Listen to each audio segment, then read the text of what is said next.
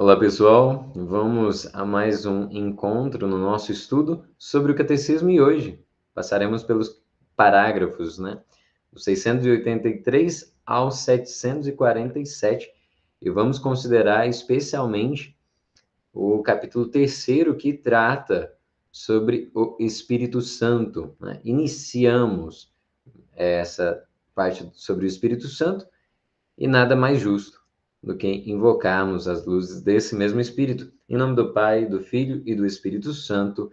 Amém. Vinde, Espírito Criador, a nossa alma visitai e enchei os corações com os vossos dons celestiais. Vós sois chamado intercessor de Deus, excelso dom sem par, a fonte viva, o fogo, o amor, a unção divina e salutar. Sois doador dos 7 dons e sois poder na mão do Pai. Por ele, prometido a nós, por nós, seus feitos proclamai. A nossa mente iluminai, os corações enchei de amor, nossa fraqueza encorajai, qual força eterna e protetor. Nosso inimigo repeli e concedei-nos a vossa paz. Se pela graça nos guiais, o mal deixamos para trás. Ao Pai e ao Filho Salvador, por vós possamos conhecer, que procedeis do seu amor, fazei-nos sempre firmes crer. Amém. Pois bem, o estudo desse capítulo terceiro, ele é bastante interessante, principalmente para a vida da igreja. Então, nós vamos caminhar pelos capítulos propriamente sobre o Espírito Santo e depois nós passaremos a doutrina com relação à igreja. Mas eu recordo, a partir do tópico sobre o Espírito Santo, todos os tópicos seguintes, eles estão relacionados diretamente ao Espírito Santo, ok?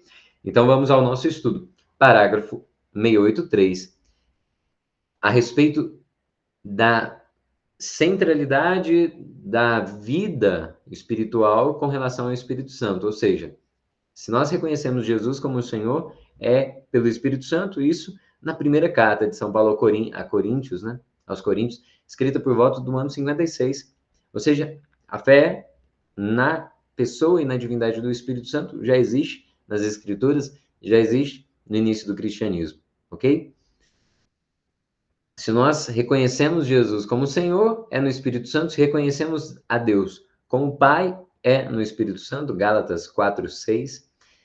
Este conhecimento de fé só é possível no Espírito. E por isso, o Espírito ele nos precede e suscita em nós um dom espiritual, que é a fé. A fé ela é uma virtude teologal. Antes de mais nada, a capacidade de darmos assentimento às verdades reveladas é obra do Espírito. Mas, além de uma dimensão da revelação, existe a dimensão da comunicação da vida divina. O Espírito Santo, ele nos comunica a vida divina. Então, ele nos revela e ele nos comunica a sua vida.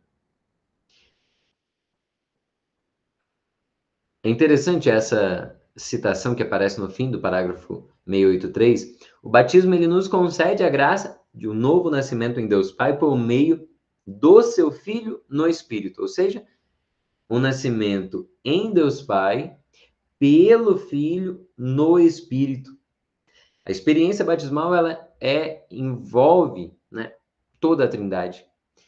Pois os que têm o Espírito de Deus são conduzidos ao Verbo, ao Filho, mas o Filho nos apresenta ao Pai e o Pai lhes concede a incorruptibilidade. Portanto, sem o Espírito não é possível ver o Filho de Deus e sem o Filho ninguém pode aproximar-se do Pai. Eu acredito que um primeiro elemento para entendermos quem é o Espírito Santo, aquele que no livro, um livro fascinante sobre o Espírito Santo, do Yves Congar, ele fala justamente que o Espírito Santo muitas vezes é tratado como o grande desconhecido. Porque Deus Pai, ele fala eu. O Filho, em algum momento na Escritura, nós vamos ver ele conjugando, os verbos e assumindo em primeira pessoa. Ele diz eu. Agora, a terceira pessoa da Santíssima Trindade, nós não vemos ela falando eu. E isso, para nós, é um desafio muito grande. É um desafio porque nos exige uma abstração em alguma medida. Mas o Espírito Santo, ele é Deus. O Espírito Santo é uma pessoa, né? E como pessoa, é próprio que ele tenha algo que seja incomunicável, ou seja, ele é ele mesmo, mas existe algo que ele comunica. Isso é o que constitui qualquer um de nós como pessoas, né? Vamos adiante. Parágrafo 684. O Espírito Santo, ele é o primeiro a despertar a nossa fé. Então, na dinâmica da nossa experiência com Deus, quem age primeiro? O Espírito. Mas na história da salvação, quem é que veio por último? Na revelação, né, propriamente dita. A última das pessoas divinas a ser revelada é o Espírito Santo, né? O Antigo Testamento, ele proclamava manifestamente o Pai, mas obscuramente o Filho, né? Jesus Cristo, ele aparece, né, como que de modo implícito. O Novo Testamento manifestou o Filho e fez entrever a divindade do Espírito. Agora, o Espírito tem direito de cidadania entre nós e nos concede uma visão mais clara de si mesmo. Olha só o tanto que isso é interessante. Com efeito, não era prudente, quando ainda não se confessava a divindade do Pai, proclamar abertamente o Filho. E quando a divindade do Filho ainda não era admitida, acrescentar o Espírito como um peso suplementar. Ou seja, Deus, ele é pedagógico, né? Ele sabe bem que para uma criança eu não dou bife, né? Uma criancinha que nem fez a introdução alimentar ainda, ela não come alimentos sólidos, porque isso faria mal para ela. Deus, pensando em nosso bem, ele se revela progressivamente. Um Deus que é Pai e é Criador, soberano da realidade. Antigo Testamento, que entra na história da humanidade para salvar essa humanidade decaída, história de Jesus Cristo, no Novo Testamento, e um pai e um filho que enviam sobre a sua igreja, o seu corpo místico, o Espírito que nos santifica. Então, pensando em nós, que ele se revela progressivamente. É por meio de avanços e de progressões de glória em glória que a luz da Trindade resplandecerá em claridades mais brilhantes. E nós não estamos falando de uma tendência, né? uma leitura progressista da doutrina. Não é isso. Mas é que a doutrina que nós conhecemos, ela nos foi revelada progressivamente. É diferente. Entendem a diferença? A doutrina não é progressiva, do tipo, ela vai mudando com o passar do tempo. Não. Agora, o dogma ele foi revelado na história, então progressivamente Deus revelou, e a igreja, ao longo da sua vida, nesses 2000 anos, ela aprofunda o seu entendimento. Ok? Dito de outro modo, os primeiros concílios, 325 com Nicéia, 381 com Constantinopla, 431 com Calcedônia, ou melhor, Éfeso e depois Calcedônia, esses concílios vão definindo exatamente aquilo que é a revelação. Jesus, ele é Deus, Jesus é plenamente homem, plenamente Deus, o Espírito Santo é uma pessoa divina. Isso foi a matéria dos primeiros concílios, especialmente os 7 primeiros concílios da história da igreja. Ok? Vamos adiante.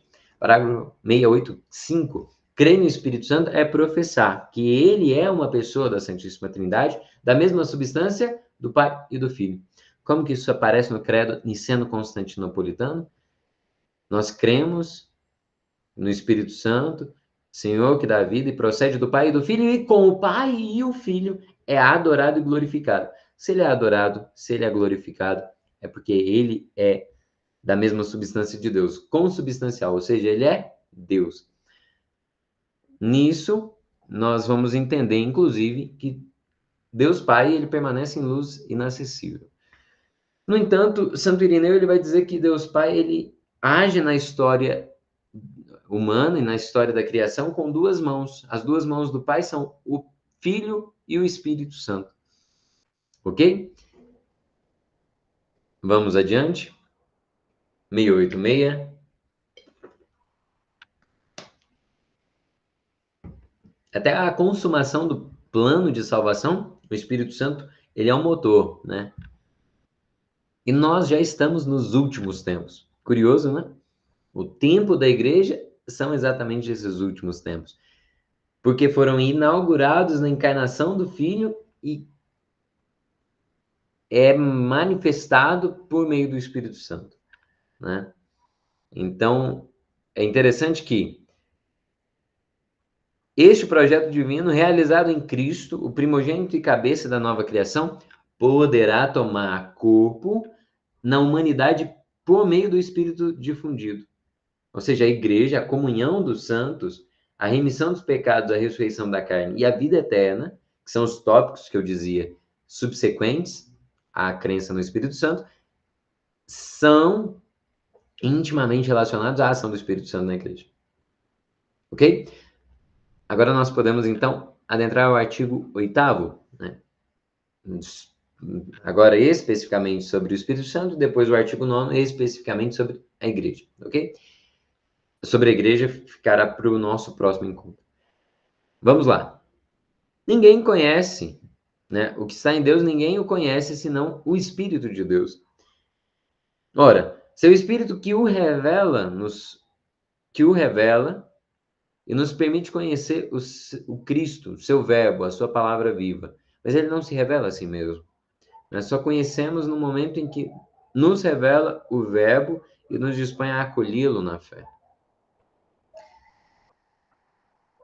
Nós vamos aprofundar um pouco melhor sobre os termos com relação ao Espírito, mas vamos ainda. Parágrafo 688. A Igreja, comunhão viva na fé dos apóstolos, que ela transmite, é o lugar do nosso conhecimento do Espírito Santo. Então, a experiência pessoal com Deus passa por meio dessa experiência de igreja, ok? Vamos lá. A igreja, ela nos dá o conhecimento do Espírito Santo por meio de alguns elementos.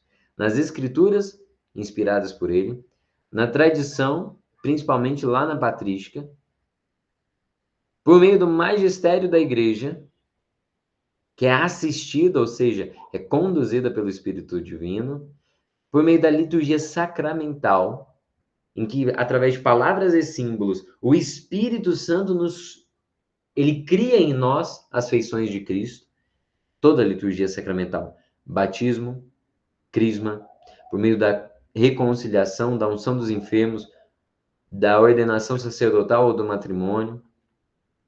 Todos os sacramentos geram em nós o Cristo, por meio do Espírito, né? Na oração, em que o Espírito ele ora em nós e intercede por nós, por meio dos carismas e nos ministérios. Carisma significa graça, né?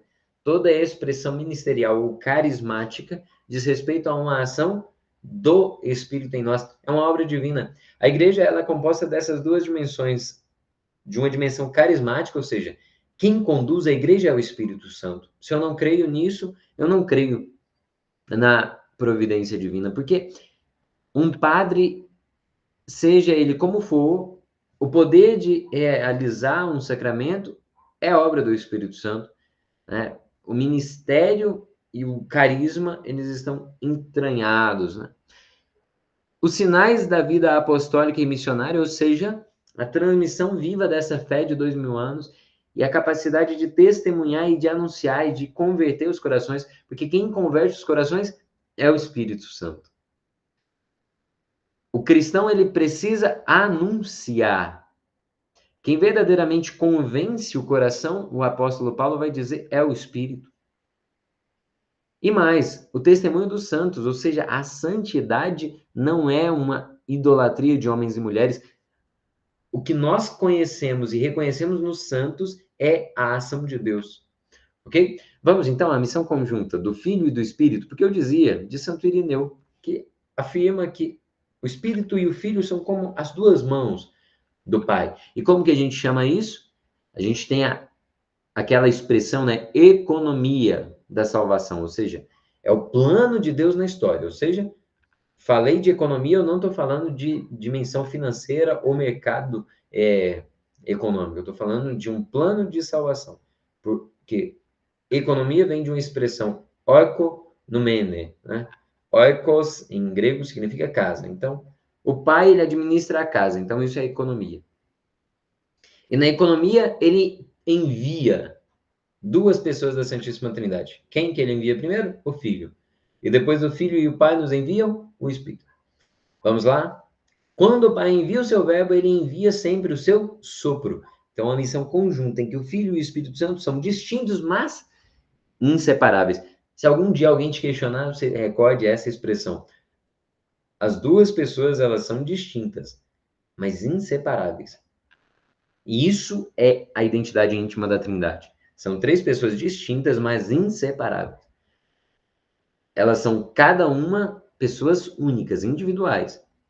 No entanto, em Deus, a comunhão é plena. Isso é a identidade própria do amor. O amor, ele é próprio do amor se doar, existir comunhão, desde uma individualidade. Tranquilo? Vamos adiante. É Cristo que aparece. Ele, a imagem visível do Deus invisível. Mas é o Espírito Santo que o revela. Fala se isso não é fascinante. É de uma coerência. Nenhum intelectual seria capaz de inventar uma coisa dessa. O Cristo, ele aparece como imagem visível do Deus invisível, Deus Pai. Mas quem revela, quem nos revela o Filho e o Pai, é o Espírito Santo. Vamos adiante. Jesus Cristo, ele é ungido, porque o Espírito é a unção dele. E tudo que advém, a partir da encarnação, decorre da plenitude. Lembra que São Paulo diz que a igreja é o corpo místico de Cristo? Sobre quem o Espírito Santo foi derramado? Sobre o Filho. E o Filho é a cabeça da igreja.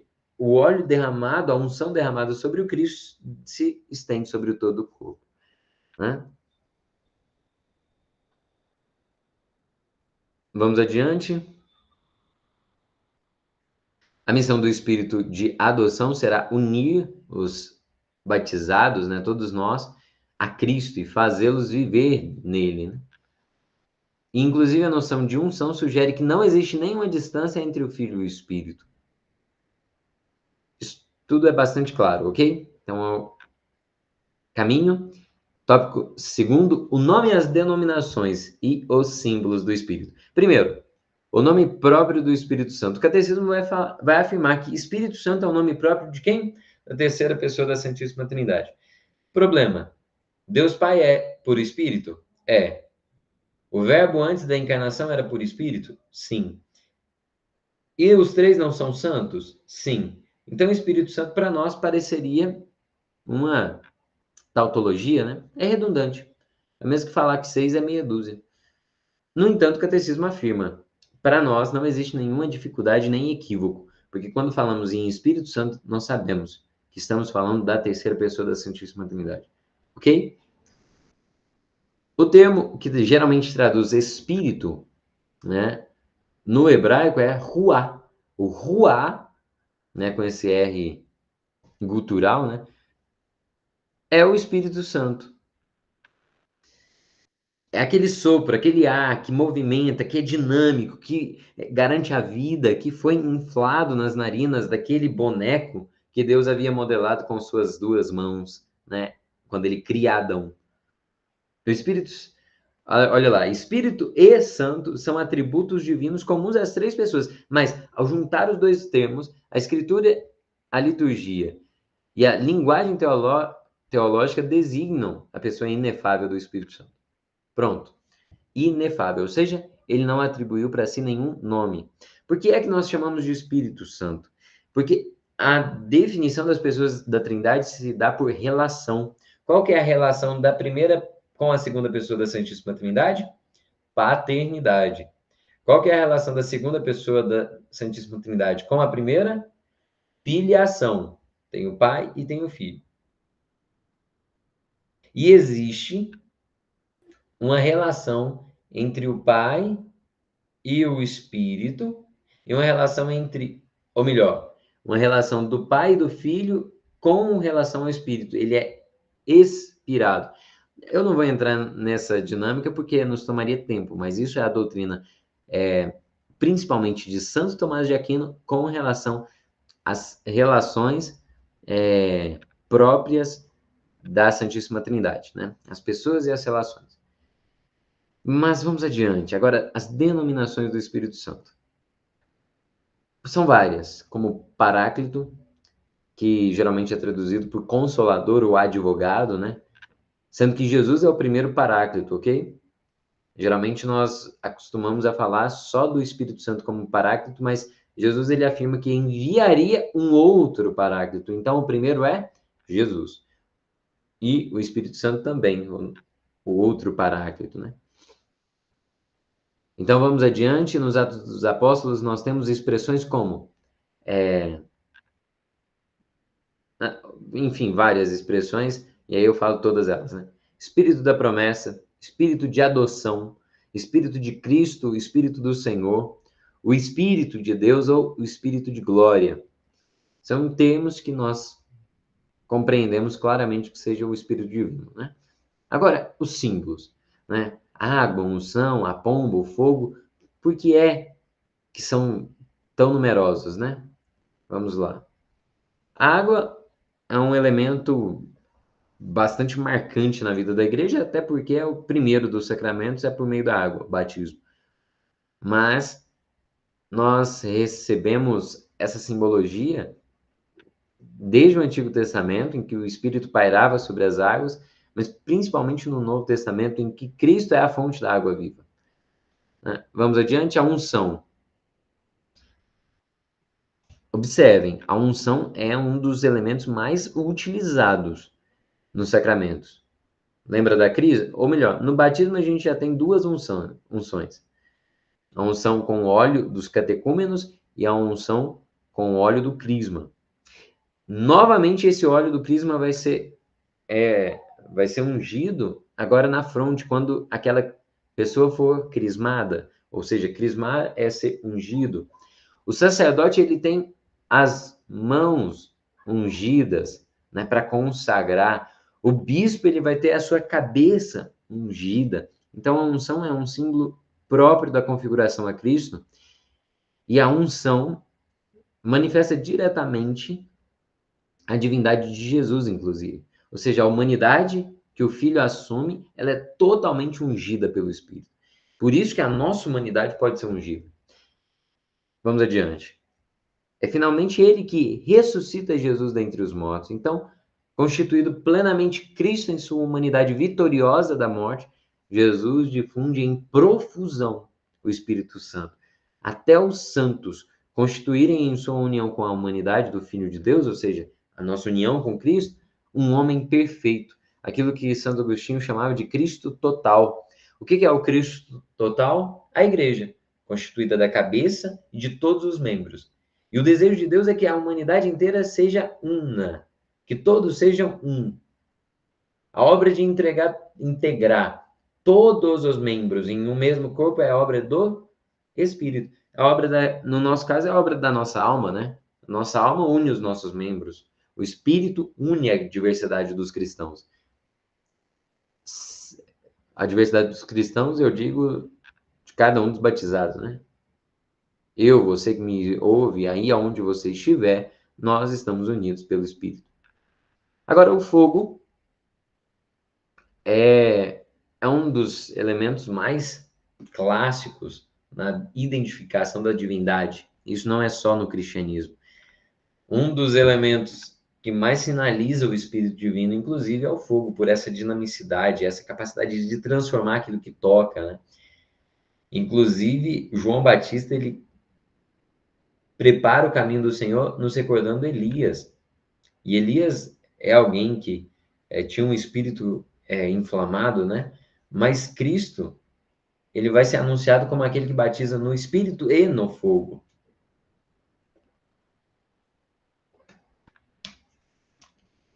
Enfim, são vários os elementos, mas um dos mais importantes poderíamos nos recordar de Atos dos Apóstolos, capítulo 2, no dia de Pentecostes, o Espírito ele desce como em línguas de fogo. A gente não consegue visualizar muito bem isso porque é uma experiência mística, né? Mas o autor, né, São Lucas, é o que mais fala no fogo e é o que mais fala no Espírito, tanto no seu evangelho quanto nos Atos dos Apóstolos. Vamos lá. Parágrafo 697, Um outro elemento que aparece, inclusive, no Antigo Testamento como prefiguração do Espírito Santo é a nuvem e a luz, né, que conduzia o povo, né, deserto adentro.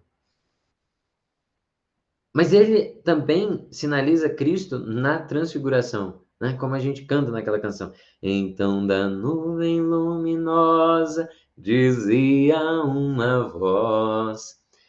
O Espírito Santo ele é manifestado por aí, e desde o Antigo Testamento nós tínhamos, além da nuvem, aquela presença daquela nuvem na tenda, junto da Arca da Aliança, a Shekinah, que é a manifestação da presença de Deus, né? E claro, na ascensão é numa nuvem que Jesus desaparece, né? Ah, também o selo é um símbolo próximo ao da unção, né? O selo geralmente é um símbolo que tanto o Evangelho, né, João 6:27 fala, né, Deus marcou com o seu selo, mas diz respeito ao caráter do próprio batismo, né? O cristão ele é marcado com um selo definitivo e assim ele se torna templo do Espírito. Outros dois elementos que nos recordam o Espírito Santo é a mão e o dedo, né? A mão, porque o ato dos apóstolos, né? Os atos, várias outras passagens no Novo Testamento, a imposição das mãos é o meio de efusão do Espírito Santo, né? Por isso que a igreja conserva esse sinal em quais momentos especialmente? Numa ordenação, tanto diaconal, né? O bispo vai e impõe a mão, numa ordenação sacerdotal, mas aonde que a gente vê isso todo santo dia? Na Santa Missa, né? Quando o sacerdote vai consagrar aquelas espécies de pão e vinho, ele impõe a mão e diz: santificai pelo Espírito Santo. O dedo. O dedo é uma expressão, né? Que às vezes não nos aparece tanto, mas a nós que fazemos esse estudo, é interessante porque aparece na oração que nós sempre dizemos, né? O Espírito Santo ele é chamado de dedo da direita paterna, né? No Veni Creator existe uma das partes que a gente diz exatamente, tem exatamente essa expressão, né? Digitus paterne dextere. Isso aqui reforça o que Santo Irineu dizia, né? Por que que a gente fala? É para garantir. Deus Pai, ele é transcendente, então ele move a realidade por meio do seu espírito. Isso é fascinante. Parágrafo 701, a pomba. Ela aparece no Antigo Testamento, no dilúvio, por exemplo. Ela aparece quando Jesus está sendo batizado nas águas do Rio Jordão. Ela também é sempre recordada na iconografia cristã como símbolo da divindade do Espírito Santo. A gente tem, às vezes, pouco conhecimento da iconografia, porque no Ocidente, né, na igreja, principalmente aqui na América, aparece pouco, mas é fácil percebermos que o Espírito Santo quase sempre é simbolizado por meio de uma pomba, né? Vamos adiante? O Espírito Santo é a palavra de Deus no tempo das promessas, ou seja, lá no Antigo Testamento, toda a ação no Antigo Testamento, ela é suscitada pelo Espírito Santo. Se um profeta ele pronunciava algo, ela era por meio do Espírito de Deus, né? Mas a gente pode voltar lá no comecinho, vamos falar da criação. A palavra de Deus e o seu sopro estão na origem do ser e da vida de toda criatura. Isso quem está dizendo não sou eu, é o Catecismo no parágrafo 703. A palavra de Deus e o seu sopro. Quem que é a palavra de Deus? O Filho. E quem é o sopro? O Espírito. Estão na origem do ser e da vida de toda criatura. O Espírito Santo, né? Ao Espírito Santo cabe reinar, santificar e animar a criação, né? Cara, mas a gente não vê isso claramente no Antigo Testamento. A gente não vê claramente, mas está ali de modo implícito. Pergunta, tem como Deus Pai fazer alguma coisa sem o Espírito ou sem o Filho? Sendo que eles nunca se separam? Não tem, né? Porque a gente já afirmou que eles são distintos, mas inseparáveis. Vamos adiante, parágrafo 704. Olha só. Quanto ao homem, Deus o modelou com as próprias mãos, isto é, o Filho e o Espírito Santo. É bonito, não é? Eu trazia essa afirmação e isso é muito bom de nós conhecermos pelo catecismo. Quanto ao homem, Deus o modelou com as suas próprias mãos. Quem são as mãos? O Filho e o Espírito. Mas, Cairo, como assim? O Filho nem tinha se encarnado ainda. Mas é pela palavra que nós vemos Deus criando no primeiro relato e depois a gente vê que ele modela com as mãos. Então, seja a palavra, sejam as mãos, são símbolos do Filho e do Espírito.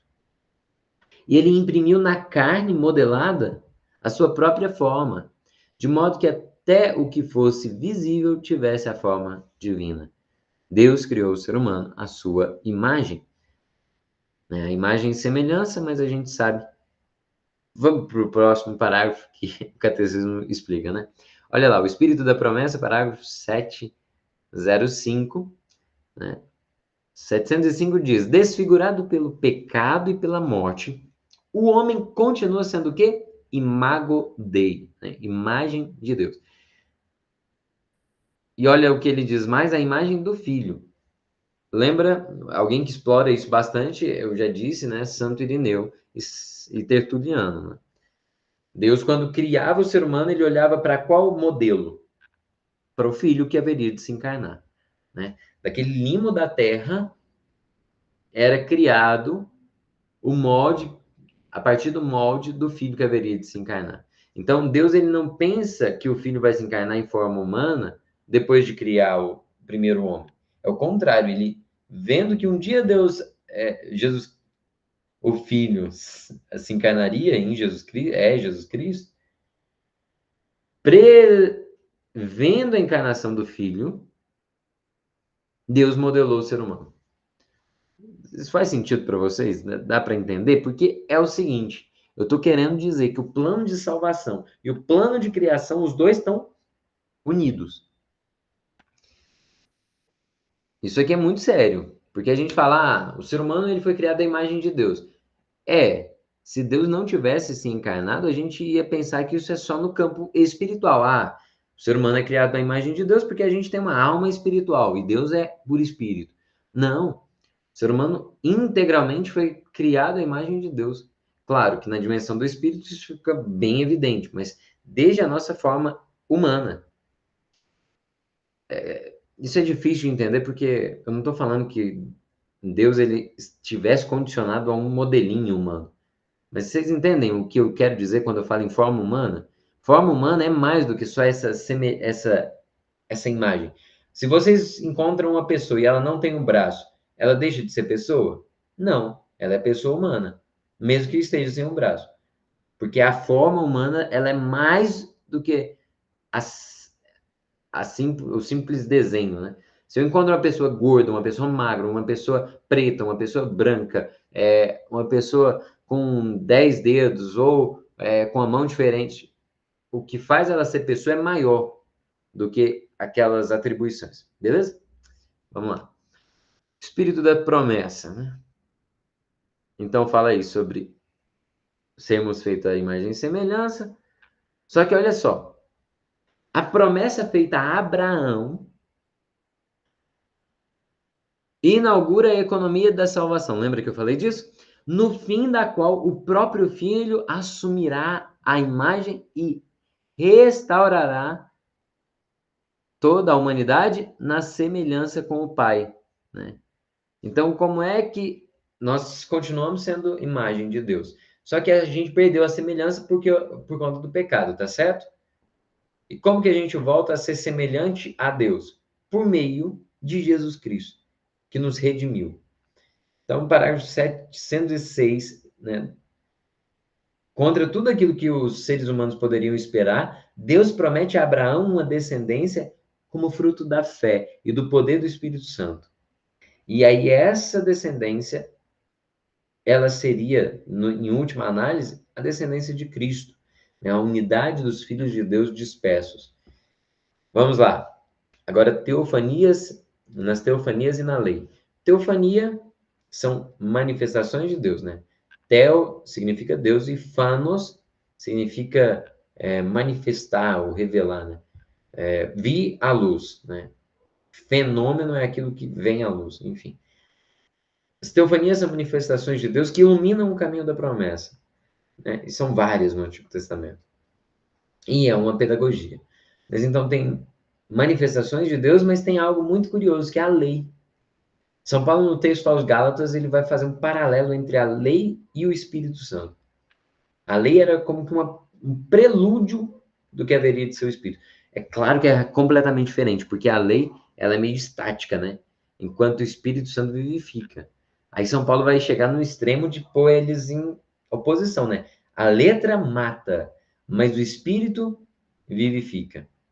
Quer dizer que Jesus Cristo é um revolucionário rebelde, completamente anarquista, né? Oferece o Espírito para que a sociedade ela seja completamente livre de qualquer hierarquia e instituição? Não. Mas a igreja é o sinal visível de que a verdadeira lei que está dentro de nós é a ação do Espírito Santo. Para mim isso é muito prático assim, né? Porque a lei, ela às vezes é letra morta. O que faz sentido, vamos pensar, você está passando numa rua às 3 horas da manhã, sem absolutamente nenhuma alma viva no trânsito, e o semáforo ele fica fechado. Eu preciso parar, porque o sinal está vermelho, sendo que eu sei e vejo que não existe absolutamente ninguém para passar. Se eu for legalista, eu vou dizer que sim, eu preciso parar. Mas se eu sou capaz de entender que o semáforo existe para regular o trânsito, eu sei que naquele momento não existe trânsito, eu entendo que aquele sinal vermelho para que eu pare e deixe o outro passar, ele não faz sentido. Então, eu posso passar. Eu não estou querendo encorajar ninguém a atravessar um sinal vermelho de madrugada sem se assegurar de que nenhum motoqueiro está vindo atravessar aquela via. Mas eu estou dizendo apenas que a gente precisa entender o sentido da lei para cumpri-la de fato. Vamos adiante. Agora, sobre o tempo do reino de Israel e o tempo do exílio, né? Em tudo isso, a ação de Deus ela continuava por meio do seu Espírito. Lembra? Né? A lei era um sinal da promessa e da aliança, e como é que o povo de Israel era fiel à lei? Por meio da ação do Espírito Santo. Adiante ainda. Agora com relação à expectativa do Messias e do seu Espírito. Né? O texto que mais nos é recordado, inclusive, a esse respeito, aparece nas leituras do tempo do Advento, com o profeta Isaías. Mas o profeta Isaías também aparece no tempo da Quaresma, porque o livro de Isaías é gigante, mas ele aponta claramente a vinda do Messias, né? E também de um espírito novo, né? E aqui tem outros profetas, como o profeta Ezequiel, capítulo 23, né? Profetiza, né, sobre esses ossos ressequidos. O espírito, enfim, são várias e várias figuras ao longo do Antigo Testamento que nos preparam para conhecer a terceira pessoa. A gente pode caminhar e chegar a essa parte mais conhecida de Isaías 11, né? Um ramo sairá do trono de Jessé, um rebento brotará de suas raízes. Ou seja, está falando de Jesus Cristo. Um espírito de sabedoria e inteligência, conselho e fortaleza, né? De conhecimento e temor a Deus. Aqui falta o temor, aqui é uma das listas sobre os dons do Espírito, mas falta aí o dom da piedade. Né? Parágrafo 713, sobre Jesus Cristo novamente. E como é que ele derramaria o Espírito Santo sobre toda a humanidade? Através da sua morte e ressurreição. Versículo 714, agora sim. Né? Essa leitura naquela sinagoga em um dia de sábado, quando ele abre o pergaminho e encontra uma passagem de Isaías. O Espírito do Senhor está sobre mim, porque ele me ungiu para evangelizar os pobres, curar os de coração ferido, enviou-me para proclamar a remissão dos presos, né? Aos cegos ele recupera a visão, ele restitui a liberdade aos oprimidos, né? Aos presos também, e ele proclama o ano da graça do Senhor. Olha para que o Espírito Santo está sobre Jesus. Estranho, né? São assim ações bem objetivas. Evangelizar os pobres, curar os de coração ferido, proclamar a remissão dos... É a libertação, né? E ele repete isso, devolveu a vista aos cegos. É claro que os comentadores desses versos, né, desses versículos, vão ver uma profundidade gigante em cada uma dessas passagens. 715. Os textos proféticos diretamente referentes ao envio do Espírito Santo são oráculos em que Deus fala ao coração do povo. Jeremias, Isaías, Ezequiel, principalmente, né, esses três. Uhum. Parágrafo 716 fala do povo, dos pobres, né? Os humildes e mansos. Geralmente isso nos parece estranho, mas é muito prático quando a gente olha para o Antigo Testamento. O povo de Deus geralmente não é o povo mais, né, qualificado. Geralmente é o povo que permanece fiel, apesar de muitas misérias. São aqueles chamados no Antigo Testamento de o resto de Israel. A maior parte do povo debanda em infidelidade, em idolatria, em superstição, em práticas de sincretismo religioso, mas existe um pequeno resto que permanece fiel. E parece que a Igreja Católica vai passar pela mesma experiência. No fim do mundo haverá um pequeno resto do novo povo de Deus, que apesar das perseguições, das calúnias, das incompreensões, permanecerá fiel. E por isso Cristo ele se questionava: será que quando o Filho do Homem vier, ele encontrará a fé sobre a terra? Porque vai restar um pequeno resto. Vamos ao tópico 4, o Espírito de Cristo na plenitude do tempo. Vocês viram que o catecismo ele sempre faz uma abordagem do que é que a igreja entende, depois ele faz uma retrospectiva bíblica e, por fim, ele amarra isso tudo sistematicamente. O catecismo é muito didático, né? Bendito seja Deus por esse catecismo que nós temos na nossa igreja, né? Uma figura central na articulação entre o Antigo e o Novo Testamento é João Batista, né? Precursor, o último dos profetas e o primeiro do Novo Testamento que aparece assim como a aurora, né? Que anuncia a chegada do sol. Houve um homem enviado por Deus, seu nome era João. João ele é repleto do Espírito Santo ainda no seio de sua mãe. Quem que mais fala do Espírito Santo que eu disse? Evangelista Lucas. Falou de Espírito Santo, procura em Lucas. Então, é curioso que, inclusive, existe esse paralelo aí, né?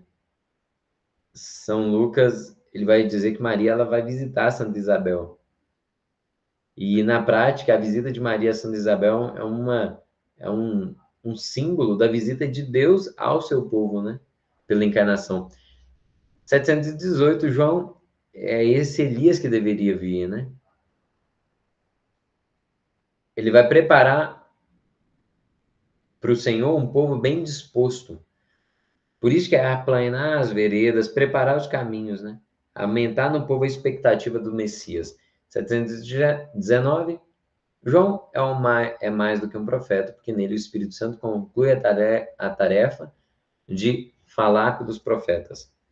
Então, essa história de falar pelos profetas vai até João, né? Daquele modo que conhecíamos. 720, João Batista, olha só. Com João Batista, o Espírito Santo inaugura, prefigurando o que realizará com e em Cristo. Restituirá ao homem a semelhança divina. Né? Por isso que existe aquele batismo de João, que era para o arrependimento, e existe o batismo na água e do Espírito, que será um novo nascimento. Isso aqui não é metáfora.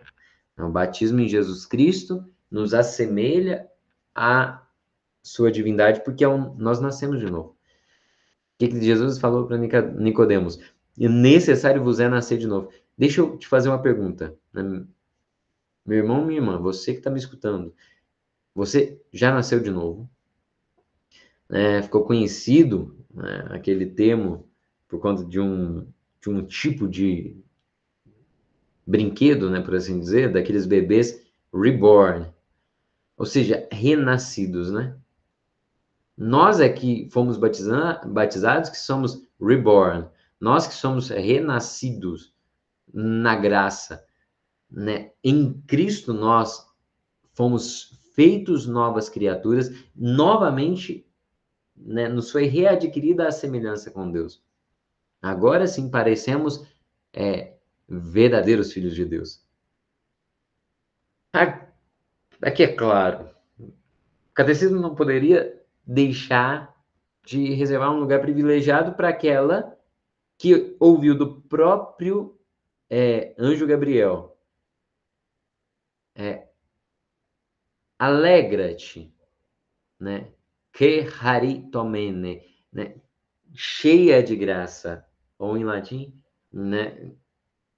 Ave gratia plena, ou seja, em Maria a graça ela é plena, e isso é obra do Espírito Santo. Maria, a mãe de Deus, toda santa, sempre virgem, obra-prima da missão do Filho e do Espírito, na plenitude do tempo, pela primeira vez no plano da salvação e porque o seu Espírito a preparou. O Pai encontra a morada em que o seu Filho e o Espírito podem habitar entre os homens. Como é que existem irmãos que desprezam a grandiosidade de Maria Santíssima? E às vezes irmãos que inclusive veem muitas virtudes nas mulheres do Antigo Testamento e são incapazes de reconhecer que em Maria é que se começa a manifestar as maravilhas que o Espírito Santo vai realizar em Cristo e na igreja. Por isso que Maria, né, ela é aclamada e representada como sendo o trono da sabedoria. Mas são vários e vários títulos, né? Basta ver a ladainha de Nossa Senhora.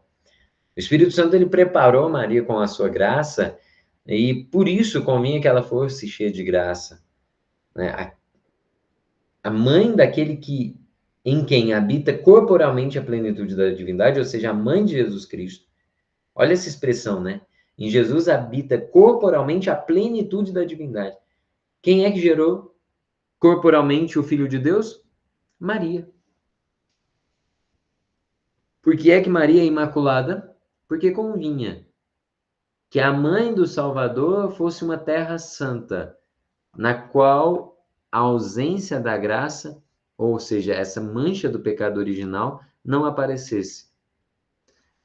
Ela é imaculada, e como imaculada que era, permanece desde a sua concepção até a sua assunção ao céu, plena de graça, plena. Em Maria, o Espírito Santo ele realiza o desígnio benevolente do Pai, e é por meio do Espírito que ela concebe e dá a luz ao Filho de Deus, por isso que nós chamamos Maria de esposa do Espírito Santo.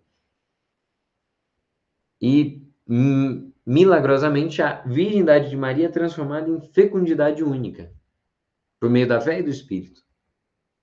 Em Maria, o Espírito Santo ele manifesta o Filho do Pai, tornado filho da Virgem. Então, Maria ela vai ser como que uma sarça ardente, né? Repleta desse Espírito, e que nos mostra o Verbo. Como que a gente pode falar de Cristo? Como que nós podemos falar de Deus sem reconhecermos em Maria essa gloriosa manifestação de poder? Se eu nego toda essa obra, eu nego, no fim das contas, a encarnação de Jesus Cristo. Eu nego que Deus fez homem. Ao final da missão do Espírito, Maria torna-se a mulher, a nova Eva, a mãe dos viventes, a mãe do Cristo total. Né? Por que é que nós chamamos Maria de mãe de Deus? Porque ela é mãe da segunda pessoa da Santíssima Trindade. Ah, mas ela não é mãe do Pai, mas ela é mãe do Filho. Ah, cara, mas eu não consigo entender. Porque não é porque nós não entendemos Maria e nem sua maternidade divina. É porque nós não somos capazes de entender a Santíssima Trindade. Mas Maria é mãe de Deus. E por que ela é nossa mãe? Tem como a mãe parir a cabeça e não parir o corpo da criança? Impossível. A cabeça é Cristo e o corpo, os membros, somos eu e você. Na ordem da natureza, eu e você temos mães diferentes. A minha mãe me gerou para essa vida natural. Mas na ordem da graça, todos que foram salvos pelo batismo, que podem ser salvos se perseverarem na fé, todos são filhos da mesma mãe. Por quê? Quem é a mãe de Jesus Cristo? Maria. Nós que somos batizados, nos tornamos outros Cristos.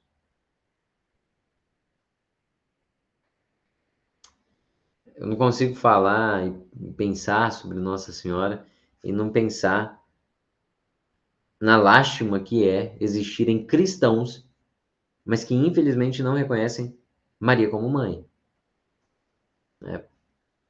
Enfim. Parênteses. Lutero, como cristão que era, reconhecia as glórias de Maria. Vamos sobre Cristo propriamente. Parágrafo 727. Toda a missão do Filho e do Espírito na plenitude do tempo está contida no fato de o Filho ser o ungido do Espírito, do Pai, desde a sua encarnação. Por isso que a gente chama Jesus de Cristo. Jesus é Deus salva e Cristo é ungido. E curioso, né? Jesus, olha só, Jesus ele não revela plenamente o Espírito Santo enquanto ele mesmo não é glorificado por sua morte e ressurreição. É somente quando chega a hora, lembra do Evangelho de São João? Chegou a minha hora, né? É somente quando chega a hora em que vai ser glorificado, ou seja, a hora da crucifixão, que Jesus promete a vinda do Espírito Santo. Lembra? Ele já falava isso lá na última ceia, né?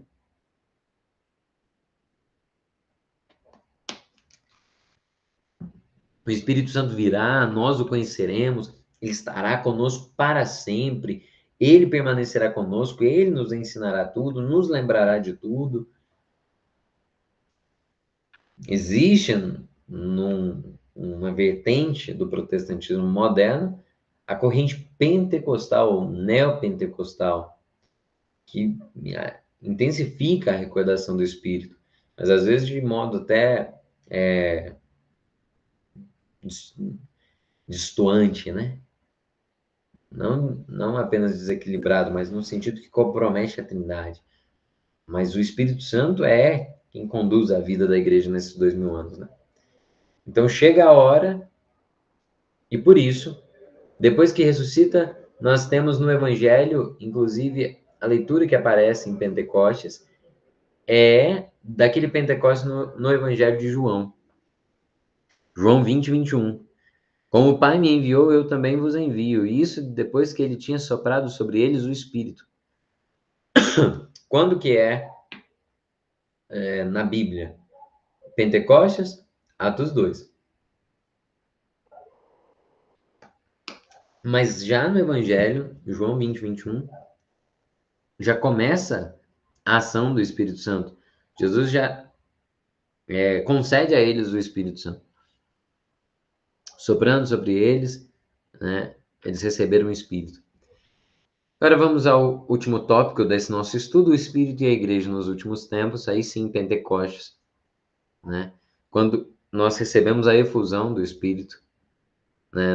No dia de Pentecostes, a Santíssima Trindade é plenamente revelada, o reino anunciado por Cristo, ele está aberto a todos os que creem, né? Na humildade da carne e na fé, nós, batizados, participamos da comunhão da Santíssima Trindade, e por isso, né, o Espírito Santo inaugura os últimos tempos, que é o tempo da igreja, onde o reino ele já existe na nossa vida como herança, mas ainda não foi consumado.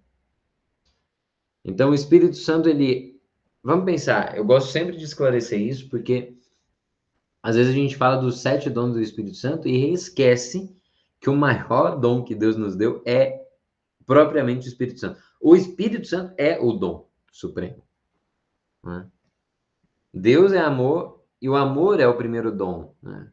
Romanos 5,5. Deus derramou em nossos corações o Espírito Santo que nos foi dado. Ou seja, o amor propriamente, que é o Espírito Santo, foi derramado em nossos corações. Atenção, parágrafo 734. Pelo fato de estarmos mortos ou pelo menos feridos pelo pecado, O primeiro efeito do dom do amor é a remissão dos nossos pecados.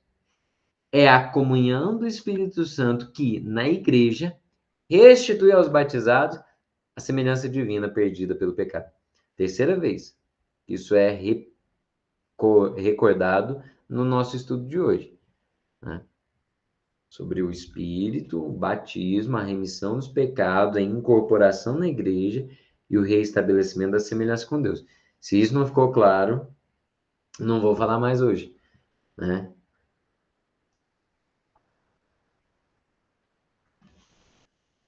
Ele dá, então, o penhor ou as primícias da nossa herança, a própria vida da Santíssima Trindade, que é amar como Ele nos amou. Inclusive, me chama a atenção porque na Igreja Católica existe um movimento que prega bastante a respeito do Espírito Santo, que é a Renovação Carismática Católica, e a Pat Mansfield, que é uma das estudantes que estava naquela ocasião em que, num retiro de universitários em Duquesne, há mais de 55 anos atrás, surgia um dos principais momentos de nascimento da renovação carismática, e é curioso que a Pat Mansfield, ela testemunha sempre que aqueles estudantes reunidos em retiro, naquele fim de semana em Duquesne, eles não pediam propriamente o Espírito Santo. Na oração que eles repetidas vezes faziam, eles pediam a Deus, pediam a Jesus Cristo a graça e a capacidade de amar como Ele nos amou. E quem nos possibilita amar como Deus nos amou é o Espírito Santo, né? Por isso que nós dizemos aí, é por este poder do Espírito que os filhos de Deus podem dar fruto. E aí são descritos, né, aquela lista dos frutos do Espírito Santo: amor, alegria, paz, longanimidade, benignidade, bondade, fidelidade, mansidão, autodomínio. São frutos. Se vivemos pelo Espírito, quanto mais renunciarmos a nós mesmos, tanto mais pelo Espírito pautemos também a nossa conduta, né? Agora nós temos um prelúdio para aquilo que vai ser o estudo do próximo artigo, o artigo 9º, né? O Espírito Santo e a Igreja. A missão de Cristo e do Espírito Santo realiza-se na Igreja, corpo de Cristo e templo do Espírito Santo. Essas duas definições são fundamentais. A Igreja é obra do Pai, ela é corpo de Cristo. Em relação ao Pai, a gente lembra que a Igreja é o novo povo de Deus. Em relação ao Cristo, a gente lembra que ela é corpo místico. Em relação ao Espírito, a gente lembra que somos templos. Acaso não sabeis que sois templos vivos do Espírito Santo? Por isso, é aquela expressão, né? Portai Cristo em vossos corpos, né? Ou então, o que São Paulo diz, né? Glorificai a Deus com tudo aquilo que sois, espírito, alma e corpo. Vamos lá, parágrafo 738. Assim, a missão da igreja não é acrescentada à de Cristo e do Espírito Santo, senão que a igreja, a missão da igreja é sacramento. Ou melhor, a igreja é sacramento, ou seja, um sinal visível da dimensão invisível, né?